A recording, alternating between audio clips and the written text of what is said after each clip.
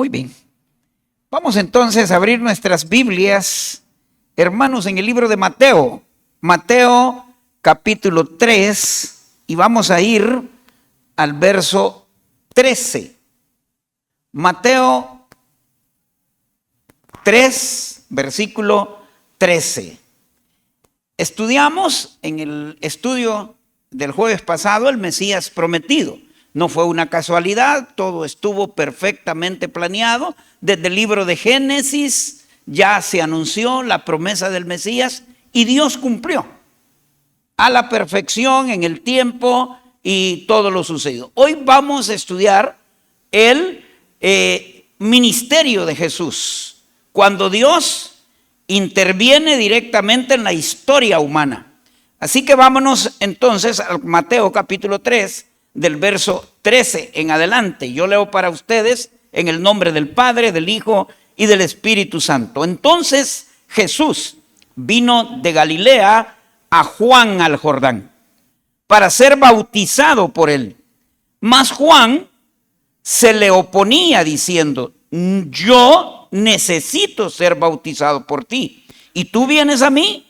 Pero Jesús le respondió: deja ahora, porque así conviene que cumplamos toda justicia.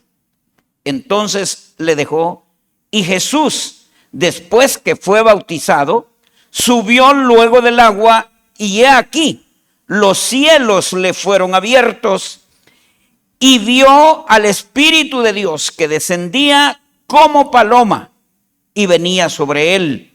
Y hubo una voz de los cielos que decía: este es mi Hijo amado, en quien tengo complacencia. Vamos a orar. Padre, háblanos al corazón esta noche. Te lo suplicamos, te lo pedimos, Señor. Que podamos esta noche ser edificados, que podamos entender este ministerio tuyo en nuestra tierra, en nuestra generación. Te damos las gracias. Háblanos. Me calibro contigo y te suplico, Señor, que tomes control de lo que aquí va a pasar en estos minutos. En el nombre de Jesús. Amén. Pueden sentarse, hermanos, pónganse cómodos. Hay silencios que no significan abandono. Hay silencios que solo son preparación. Imagínense usted una familia en la madrugada, la casa está en silencio completamente, todos están durmiendo, y ese silencio no es un vacío. Ese silencio es el momento justo antes de que empiece el día. Pues así fue el tiempo entre el último libro del Antiguo Testamento, que fue el último profeta, Malaquías, y el libro de Mateo. En ese espacio se quedaron casi 400 años sin profeta, sin visión, sin nueva palabra. No habían profetas nuevos, y ese periodo se conoce como el periodo intertestamentario. Ese es el lapso histórico que transcurre entre el último libro del Antiguo Testamento y el primero del Nuevo Testamento, desde Malaquías, que fue el último, hasta Mateo. Aproximadamente, acuérdense que los años se contaban de adelante para atrás, ¿verdad? Aproximadamente fueron 400 años. Del 430 antes de Cristo hasta el año 4 antes de Cristo. Son 400 años de silencio. ¿Y por qué? No hubo profetas inspirados, ¿verdad? No hubieron libros bíblicos que se conocieran hasta esas alturas, y no fue un vacío histórico, sino un silencio revelacional. El cielo parecía callado. Dios no habló. Dios estaba aparentemente ausente, y mientras el pueblo sentía silencio, Dios estaba, fíjese bien, moviendo imperios. Dios estaba preparando caminos. Dios estaba ordenando idiomas, incluso porque ahí había un solo enredo. Dios estaba formando el escenario perfecto para su promesa. Entonces, el silencio no era un castigo. Cuando el mundo entero pensó que Dios había dejado de hablar, cuando todo el mundo pensó que no habían ya más profetas, el cielo volvió a abrir la boca. No con un trueno, no con una ley, sino con un niño en un pesebre, y el silencio se terminó. La palabra, como dice el libro de Juan, se hizo carne. Probablemente alguien hoy esté sintiendo que Dios guarda silencio en su vida, que Dios como que sus oraciones rebotan en el techo, ¿verdad? Espera, espera y la confirmación no llega, confía y no hay respuesta de parte de Dios. Pero yo quiero que recuerde esto, hermanos. Dios nunca guarda silencio sin propósito. Cuando Él calla, Él está preparando algo mayor. Todo parecía muy estable, ¿verdad? Y nada parecía cambiar en ese tiempo. Las cosas iban caminando, pero Dios interviene directamente en la historia. Y esa intervención de parte de Dios ahora tuvo nombre, Jesús. Hoy tenía nombre.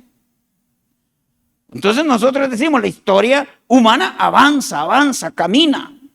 Aparentemente la humanidad va estable, ¿verdad? Sin Dios viven tranquilos. Cuando lo vemos desde afuera, todo parecía controlado. Todo parecía bien predecible, bajo el control y bajo el dominio humano. Aunque por dentro la gente estuviera vacía, aunque hubiera injusticia, aunque tuvieran una tremenda necesidad espiritual. Entonces la historia parecía estar en una aparente estabilidad. El mundo parecía vivir. ¿Por qué? Pues si habían estructuras visibles, ¿verdad?, que daban la sensación de que había control. Una de las estructuras que funcionaban bien en esa época era el imperio. El imperio. Roma tenía leyes muy bien establecidas. Tenía, digamos, un ejército muy fuerte. Habían preparado los caminos de todo el imperio. Eso estaba de lujo. Los impuestos. Había un orden político, todo funcionaba perfectamente viéndolo externamente, ¿verdad? Incluso la parte religiosa, las religiones funcionaban en esa época perfectamente. Si el templo nunca lo cerraron, el templo estaba abierto. Los sacrificios seguían llevándose a cabo, seguían ofreciendo sacrificios en el templo. Los fariseos seguían enseñando en las esquinas, en las sinagogas. Seguían enseñando los rituales. Continuaban, hermano. Había mucha actividad religiosa, había activismo religioso, pero había poca vida espiritual. La gente sobrevivía, la pasaba sin Dios. Iban bien, la gente nacía, la gente trabajaba, la gente pagaba impuestos, ¿verdad? La gente formaba las familias y moría. Pero no vivían plenamente. Sobrevivían nada más. Y eso era lo que les producía la sensación aquí adentro de estabilidad. Todo sigue igual, todo está bajo control. Y el ser humano sigue confundiendo el orden con la plenitud, que son dos cosas totalmente diferentes. La historia puede estar muy ordenada, pero no necesariamente redimida. O sea, puede haber un gobierno sin justicia. Puede haber una religión sin verdad. Puede haber rutina, activismo religioso sin esperanza. La estabilidad no significa que Dios esté gobernando, hermanos. Solo significa que el hombre se está acostumbrando a una vida vacía. Eso es lo que significa. Porque el pecado se ha normalizado. En la gente que vive sin Dios, el pecado ya se normaliza. Cuando pasan muchos años y Dios no interviene la vida de nadie, o no hay una intervención divina que sea visible, la injusticia se normaliza.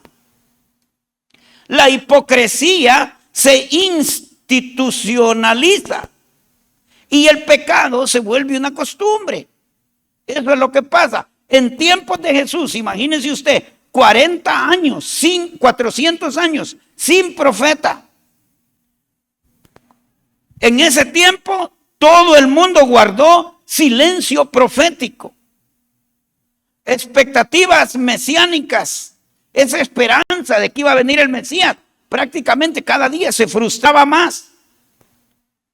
Entonces, ¿qué estaba pasando realmente en los tiempos de Jesús?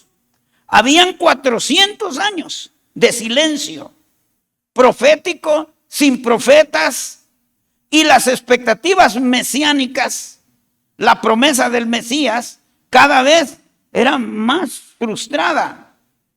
Y no estamos ahora hablando de datos históricos, ¿verdad? Sino de una condición espiritual profunda, hermanos. De eso estamos hablando. De una condición, eran 400 años sin profeta. Desde Miqueas, que es el último libro del Antiguo Testamento, no se levantó un profeta reconocido en Israel. 4 siglos sin, así dice el Señor. No había quien les advirtiera nada. La gente iba, venía. No había un llamado al arrepentimiento. No había una dirección clara del cielo. Israel tenía escritura, sí, pero ya no tenía voz fresca de Dios. Ahí estaba la escritura, pero una voz fresca, algo que le diera la novedad, no había. Tenía historia, Israel tenía historia, pero no revelación viva de esa que lo nutre a uno. Entonces, cuando Dios guarda silencio, no es porque Él se haya ido o haya huido de su vida, sino porque Dios está preparando algo mayor. Eso es lo que pasa. Y ese silencio profético no significa ausencia de actividades religiosas. Si eso abunda siempre, hermanos. Si ya les dije, el templo seguía funcionando. Los sacrificios continuaban. Los fariseos seguían enseñando. Los rituales no se habían detenido. Pero todo eso era rutina, pura rutina, sin revelación. Había religión sin presencia. Había formas de hacer las cosas, pero que no llenaban, sin fuego, por hacer decirlo. Estructuras sin espíritu, aquello, pura carnalidad, ¿verdad? Puro activismo. El silencio profético, hermanos, no mata la religión. Ella sigue. Las formas religiosas van a seguir. Mata la esperanza que nosotros tenemos. La gente cumplía,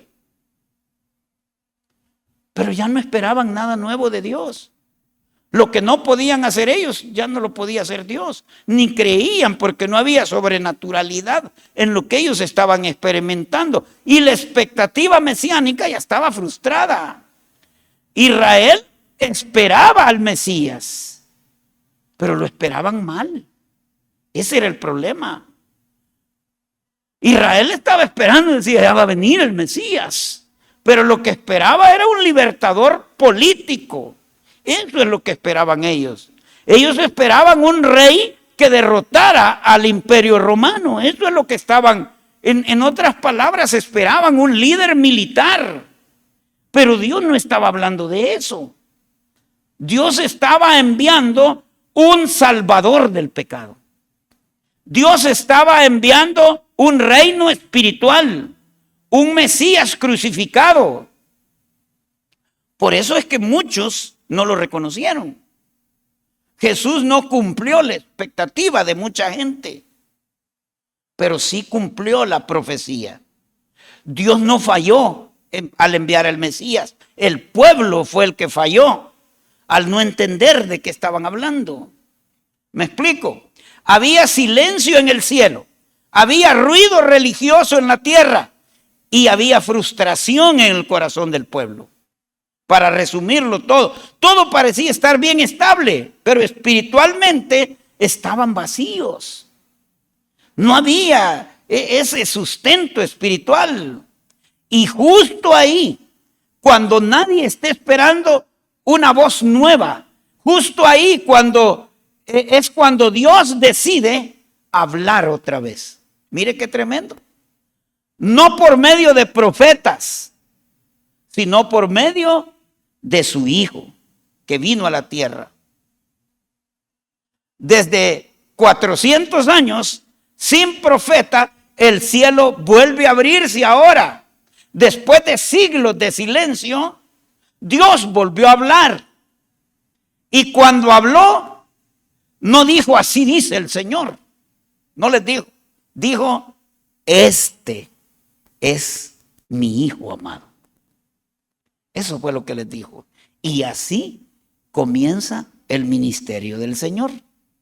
El ministerio de Jesús comienza, fíjese bien, con el bautismo en el Jordán. O sea, el ministerio público de Jesús comienza no con un milagro, que hubiera sido el gran espectáculo que se viera, ¿verdad? Ver sanar. No comienza con una gran prédica de impacto a todo el mundo conocido de la época. No comienza sanando enfermos o echando fuera demonios. El ministerio de Jesús comienza en el agua del Jordán. Allí inicia su ministerio, identificándose. Él no comienza exhibiéndose, hermanos.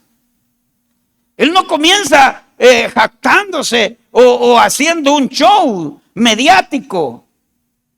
Él comienza y se mete en el mismo río donde entraban los pecadores. No porque él lo fuera, sino porque el Señor decidió caminar con nosotros desde el principio. El Jordán prácticamente representa tres cosas que son claves.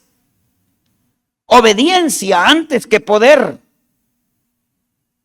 El bautismo, hermanos, no le dio identidad, pero le confirmó, lo afirmó públicamente. Dios no unge a los rebeldes talentosos. Olvídese, usted puede ser muy bueno para todo lo que usted quiera, pero si es un rebelde, todo ese talento no le va a servir para nada. Unge a los obedientes que están disponibles. A esos unge, a esos usa. Es identidad, es identificación antes que el ministerio. El cielo habla antes de que Jesús haga algo notable. Fíjese. Este es mi Hijo amado. Esto fue lo primero. Y el cielo habló. Primero el Hijo. Primero es ser hijo, después siervo. Ese es el punto. Primero la relación con Dios. Primero su comunión con Él. Después la misión. Ese es el punto. Si usted anda intentando hacer ministerio sin identidad, va a terminar buscando, ¿sabe qué? Aprobación de los hombres, aprobación de la gente. Eso es lo que va a terminar buscando. Afirmación antes de la prueba. Fíjese, después del bautismo, Jesús es llevado al desierto. Note esto. ¿Y para qué? Para ser tentado. La voz del Padre no llega después de la victoria, hermanos. Llega antes de la batalla. Eso es lo que usted tiene que darse cuenta. Dios lo afirma para sostenerlo. Para eso lo confirma antes. Así cuando vengan las pruebas, usted está preparado. Dios no va a llegar a la vida de nadie cuando todo esté bien ordenado. Dios llega cuando la gente ya no tiene respuestas, cuando ya no hay para dónde hacerse. Si los milagros, ¿dónde comienza el milagro? Cuando el médico dice ya no hay nada que hacer. Llévelo para la casa, espere el desenlace. Ahí está el milagro. Cuando la fuerza humana ya no tiene nada que hacer, ahí empieza, porque usted empieza a confiar en el poder de Dios. Y ahí es cuando se da el milagro. Cuando toda la expectativa humana se frustra, el plan de Dios ahí se revela. Todo funcionaba, todo seguía funcionando. Y Dios parecía estar ausente. Entonces, ¿qué significa? Aquello que uno dice, pero de repente Dios interviene en la historia humana. Dios no irrumpe, Dios no interviene porque la historia esté desordenada, sino porque está espiritualmente muerta. Eso es lo que pasa. Y cuando Dios interviene, se rompe un sistema, no rompe un sistema político. Dios no llega a romper las estructuras políticas del momento. Rompe esa falsa sensación de autosuficiencia que tenemos los seres humanos cuando nos llegamos a creer más de la cuenta. Entonces Dios revela que lo estable no es tan estable. El cielo no abandonó la historia, hermanos, no había abandonado la historia, solo estaba esperando el momento, el tiempo perfecto para incursionarla. La historia humana puede parecer estable, la vida puede parecer estable, pero cuando Dios la interviene, entonces nosotros descubrimos que estábamos incompletos. Hasta ahí nos damos cuenta. Entonces, por eso, el inicio del ministerio del Señor no es un ajuste, es una intervención divina. No es que las cosas andaban mal. Él no vino a mejorar ningún sistema. Vino a salvar personas, a buscar y salvar lo que se había perdido. Él no anda pidiendo permiso, hermanos. Él no sigue protocolos humanos. Él no se adapta a las expectativas religiosas. Y este ministerio, este inicio del ministerio del Señor, no es solo un capítulo del Evangelio, hermanos. Es un momento en que el cielo invade la historia de la humanidad. O sea, cuando Dios interrumpe o irrumpe en la historia, lo hace en primer lugar con identidad, lo hace con proceso, lo hace con autoridad y misión, y nada, absolutamente vuelve a ser igual después de esa intervención. Su vida no va a ser la misma después de ese nacimiento espiritual. El inicio del ministerio de Jesús nos enseña cómo Dios entra a la historia para redimirla y cómo Él sigue incursionando, entrando hoy en la vida de las personas, en la vida de las familias, en la vida de las iglesias. Entonces Dios entra con identidad, no con espectáculo. Mire lo que dice Mateo 3:16. Y Jesús, después que fue bautizado, subió luego del agua, y he aquí, los cielos le fueron abiertos y vio al Espíritu de Dios que descendía como paloma y venía sobre él. Y hubo una voz de los cielos que decía: este es mi Hijo amado, en quien tengo complacencia. Oiga lo que dijo: este es mi Hijo amado, en quien tengo complacencia. Antes que Jesús hiciera un milagro, el Padre habló. Antes de que la gente lo conozca, el cielo lo afirmó. Antes de que comience su obra, Dios establece identidad. Jesús no había sanado a nadie. Jesús no había hecho ningún milagro. No había predicado ningún sermón. No había expulsado a ningún demonio. Y aún así, fíjense, el Padre dice: en Él tengo complacencia. Eso nos enseña algo a nosotros. El reino de los cielos, el reino de Dios, del que estamos tanto hablando en la iglesia, la identidad, la identificación siempre precede a la actividad. Tiene que identificarse primero. Sí, un billete, voy a poner este ejemplo. Un billete sucio, machucado, lo han pateado allá, está todo arrugado. Usted lo mira y aquello está sucio, usted lo limpia. Está arrugado, lo han pateado todo, está manchado. Pero sigue valiendo lo mismo. Porque el valor de ese billete no depende de lo sucio, arrugado o cómo esté. El valor de ese billete depende de quién lo emitió. Ese es el valor. Así también es el Señor. Él sale del Jordán probablemente todo chupado, dirían allá por mi pueblo, mojado, ¿va? Sale no glorificado, pero sale afirmado. ¿Qué nos enseña eso? Muchos quieren ministerios sin identidad. Yo he tenido gente aquí. Cuando vine recién, hallé un muchacho ahí queriendo cantar, pero nunca lo vino al culto.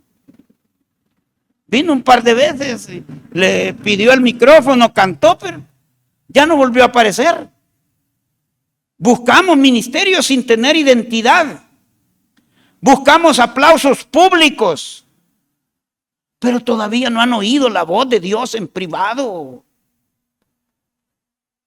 Cuando Dios irrumpe, cuando Dios interviene, primero afirma quién eres, quién es usted, no lo que usted hace.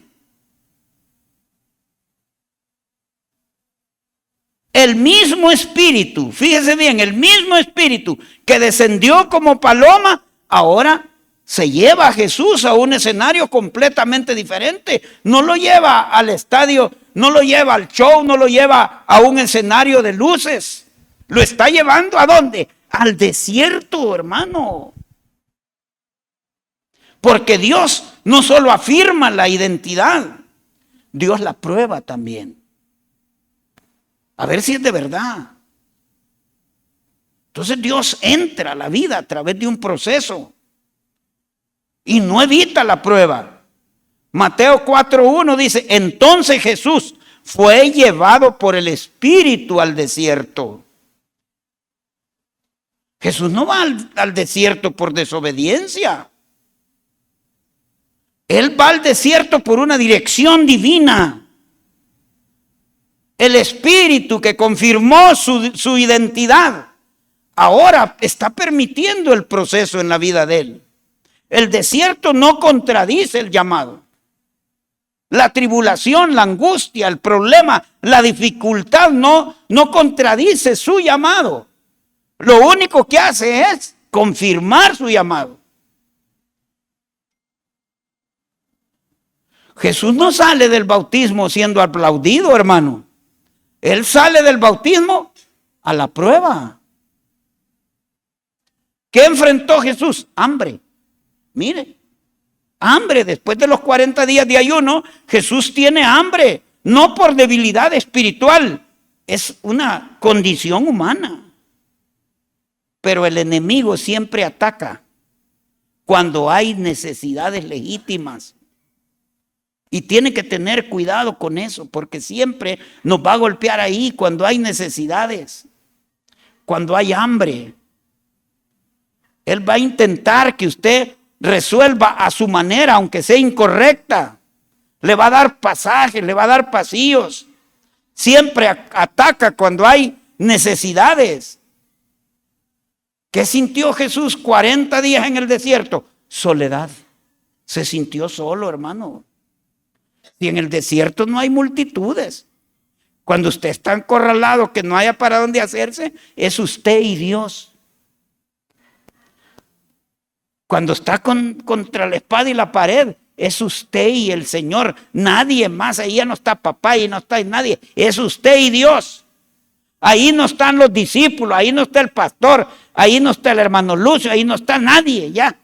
Está solo. Ya no hay voces de apoyo. Jesús entra a la prueba solo. Él va a la prueba solo. Y la soledad no significa ausencia de Dios. La soledad es el escenario de formación profunda suyo. Y luego va a venir la tentación, hermano. ¿Verdad? La tentación no busca solo que Jesús peque. El enemigo no andaba buscando que él pecara. Busca que acorte el proceso. Ahí va a llegar gente y le va a decir, mira, solo dame la factura. Ahí te voy a dar yo y vamos a hacer ahí. Ahí te voy a dar $30,000. Dame la facturita, yo me encargo. Voy a presentar el paquete yo. Acorta el proceso, nada más el enemigo, porque sabe, lo va a tentar. Él busca que usted acorte el proceso. Y no le dijo, pues convierte las piedras en pan. Ya quería que evitara el sufrimiento. Salta, le decía. Dios te sostendrá. Porque la tentación siempre le va a ofrecer atajos.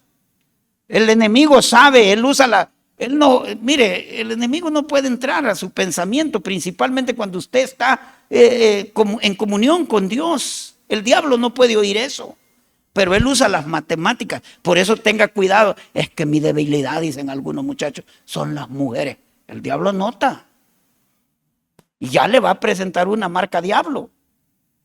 No hay que andar uno en oración. Usted puede hacer lo que quiera, pero el diablo sepa que oye, escucha, usa las matemáticas y le va a ofrecer atajos. Que siempre los atajos cuestan propósitos. Va a ir directo a su identidad. Va a ir directo. El ataque no es al estómago. No, hermanos, es a la identidad. Cuando el enemigo no puede cambiar su llamado, él está consciente y intenta que usted dude de lo que es. ¿Usted cree que cuando comencé yo mi pastorado, si vos sos ingeniero, ¿qué andás haciendo? Vos de pastor no tenés nada. Y oía. Bueno, incluso un pastor llegó y me oyó predicar, mira el grosero. ¿Y sabe qué me dijo? No, hermano, te le falta bastante. Y yo más achicado yo. Porque el hombre me llegó y me dijo, usted le falta, pastor, usted no es nada. Y usted cree que el enemigo no le dijo, si eres el Hijo de Dios, lo hizo querer dudar. Siempre ataca lo que Dios acaba de confirmar. ¿Usted cree que ese llamado no lo va a hacer temblar y que le diga, vos no sos nada, ¿qué andas haciendo ahí? Ahí estaba aquel, ya se fue. Se fue. Porque el enemigo lo convence y no sos nada que estás haciendo allí con los hermanitos y vos sos bolo. Él lo va a convencer, lo va a atacar. Satanás siempre ataca lo que Dios acaba de confirmar, hermanos. Mire, el oro no se daña con fuego, hermanos. ¿Quién les ha dicho? Lo que va a hacer el fuego es revelar si ese es oro de verdad o es puro ¿cómo dicen aquellos? Pura fachada, pues, o como cachada. ¿Verdad? El desierto nunca destruye un llamado auténtico. La angustia, la aflicción no destruye a un verdadero llamado por Dios. Al contrario, lo purifica. No interpreten nunca la prueba como un abandono de parte de Dios. Hay procesos que no se explican, hermano. ¿Por qué uno está atravesándolos? ¿Por qué están pasando las cosas? Pero Dios forma carácter antes que exponer poder. Cuando Jesús sale del desierto, no salió débil, no. Se llenó del Espíritu, hermanos. Ahora no solo sabe quién es, ahora sabe para qué ha sido enviado, por qué está en esta tierra. Yo siempre desafío a mis hijos, a ustedes, a que entiendan por qué están aquí, cuál es el propósito, cuál es la razón que Dios nos esté integrando en esta iglesia, nos haya traído a esta familia espiritual. ¿Por qué estamos? ¿Qué queremos? ¿Qué esperamos de la vida? ¿Para dónde vamos? Les decía el domingo, tenemos que tener claro el norte, ¿para dónde vamos? Entonces tenemos que saber para qué hemos sido enviados a esta tierra, qué estamos haciendo en esta tierra. Dios entra con autoridad y claridad de misión, hermanos. Mire lo que dice Lucas 4, el Espíritu del Señor está sobre mí. Esa fue la primera predicación de Jesús. Jesús se va, entra a la sinagoga y lee su misión desde la misma palabra. Él no está improvisando. Jesús aparece de repente con un plan ya establecido. No es un plan que se lo sacó de la manga. Porque nada de su vida fue un accidente. Nace, como vimos el jueves pasado, en el tiempo profético correcto. Él crece en anonimato durante años. Espera el momento exacto para manifestarse. Cuando él llega al Jordán, cuando Jesús entra, llega al Jordán, no está probando suerte. Está cumpliendo un propósito. Su bautismo no es una idea sacada de la manga, una idea espontánea. Es obediencia consciente. Dios no está improvisando. Él va con las personas que Él va a usar. Dios lo está buscando desde ya años. Lo quiere usar. Lo que para otros parece demora, para Dios ha sido preparación en su vida, hermanos. Jesús pasó 30 años. 30 años en silencio y solo 3 en el ministerio público. O sea, ¿qué quiere decir eso? Que Dios invierte más tiempo en prepararlo, en formarlo, que en exhibirlo públicamente. Jesús no se anda promocionando como uno que anda sacando la tarjeta chuca, siniestra. Esta soy yo, mire, que yo soy ingeniero, fíjate, ay, tío. No, Él no se promociona. Él no llegó y dijo, yo soy el Mesías, yo soy el Hijo de Dios. Mírenme, este es mi momento. No dijo eso. Él se coloca en la fila de los pecadores.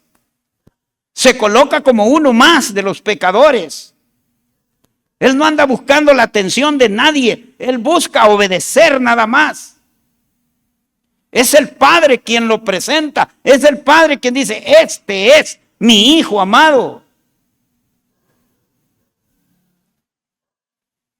Cuando Dios lo está respaldando, hermano, usted no necesita autopromocionarse para nada. Porque el llamado no se grita. El llamado, la identidad no se negocia, hermanos. La autoridad no se anda mendigando. No. No se anda explicando. Hay una declaración de propósito. Él dijo, traigo buenas nuevas para los pobres, libertad para los cautivos, vista para los ciegos, restauración para los desquebrantados. Cuando Dios irrumpe, Él trae una misión clara. Él no trae confusión. Hermanos, un barco sin rumbo no necesita una tormenta para perderse, pues, si no sabe para dónde va. La misión es el timón del llamado. Eso es. Una iglesia sin misión clara se convierte en eventos y no en un movimiento. El Espíritu no solo unge, envía. Donde hay unción verdadera, hermanos, hay propósito claro, propósitos definidos.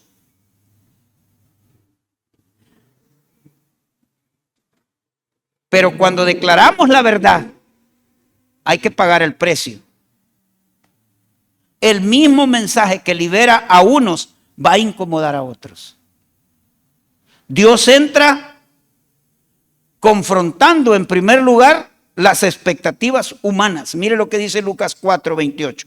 Al oír estas cosas, todos en la sinagoga se llenaron de ira y levantándose le echaron fuera de la ciudad y le llevaron hasta la cumbre del monte sobre el cual estaba edificada la ciudad de ellos para despeñarle. Mas él pasó por en medio de ellos y se fue. ¿Qué le parece? Jesús no cumplía las expectativas, ni políticas, ni religiosas, ni culturales siquiera. Entonces eso es la cosa. Porque no siempre hace lo que esperamos, pero siempre cumple lo que promete. Entonces la intervención de Dios confronta tradiciones. Y mi abuelita, por ejemplo, fue la primera que cuando nos hicimos cristianos no quería. Porque tenía su manera de creer. Expone corazones, revela intenciones. Si la luz no hace ruido, hermano, ¿verdad? Pero incomoda a aquellos que les gusta estar en lo oscuro. Encienda la luz. Yo no sé si le pasa a usted, pero yo no puedo encender la luz en el cuarto en la noche porque me garrotea. Sí, entonces la luz no hace ni ruido, pero incomoda. Entonces no todos celebran el mover de Dios en su vida. Va a haber gente que va a estar en contra. A veces van a haber conflictos porque va a poner incómodos a otros, ¿verdad? Pero el rechazo, hermano, no siempre es fracaso. Muchas veces es la confirmación. Entonces, ya para ir aterrizando, concluyendo esto, el inicio del ministerio de Jesús nos enseña que cuando Dios interviene, cuando Dios irrumpe la historia, en primer lugar, afirma identidad. Ya usted va a saber quién es de verdad. Permite procesos. Las cosas van a pasar y usted se va a ir puliendo a través del proceso. Define la misión, sabe qué es lo que quiere, cómo lo quiere, cuándo lo quiere. Y confronta expectativas. Y cuando Dios irrumpa, cuando Dios intervenga su vida, le aseguro una cosa: la historia cambiará. Jamás una persona que tiene un encuentro personal con el Señor vuelve a ser el mismo. Sin odio, sin violencia, Cristo va a cambiar esa vida. Vamos a orar. Si llegaste hasta aquí, quiero darte las gracias de corazón. Gracias, hermano, hermana, por tomarte el tiempo de escuchar y de crecer junto con nosotros. Si este mensaje fue de bendición para tu vida, te animo a que te suscribas al canal, actives la campanita y le des like al video. Eso nos ayuda muchísimo a seguir creciendo como comunidad y a que más personas puedan recibir estos mensajes. Y si aún no nos conoces, queremos decirte que aquí tú tienes una familia. Estamos en Rosario de Mora, con los brazos abiertos, esperándote y caminando juntos en Cristo. Que Dios bendiga tu vida y la de tu familia. Nos vemos en el próximo video.